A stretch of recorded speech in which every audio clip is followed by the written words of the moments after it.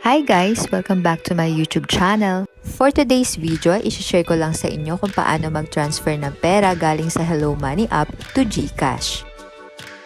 So ayan guys, meron akong 443 sa aking GCash wallet. So ngayon, punta na po tayo sa Hello Money app and then log in. Then see, meron akong 5,516 dito sa aking wallet. May makikita po tayong transfer funds dito and then i-click po natin yon. Dito sa destination bank name ay i-click po natin ang arrow. Hanapin lang po natin ang GCash.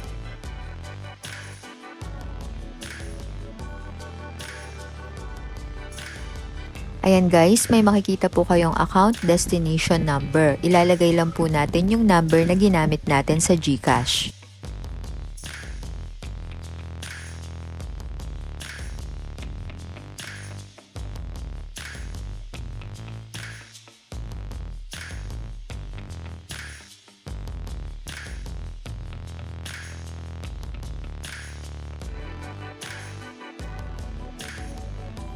I-double check lang po natin at siguraduhin tama ang details ng ilalagay po natin.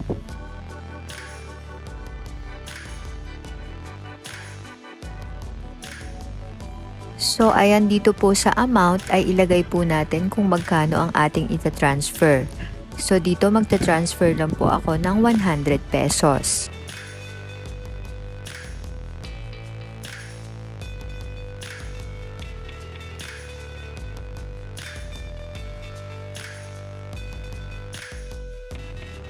Click Continue.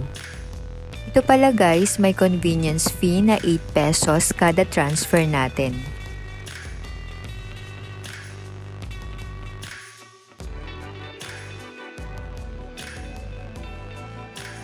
Ilagay lang po ulit natin ang password para po sa confirmation.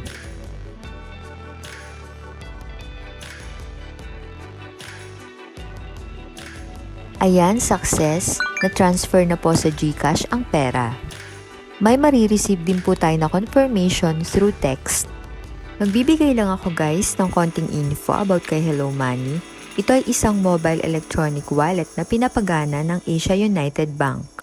Kung kayo guys ay sumasahod sa Google AdSense at sa Facebook ay marerecommend ko po ito dahil wala po siyang kaltas. At ang kagandahan pa po guys sa application na ito ay pwedeng-pwede sa mga estudyante at isa pa wala siyang maintaining balance at isang valid ID lang po ang kailangang isubmit para ma-approve ang ating application.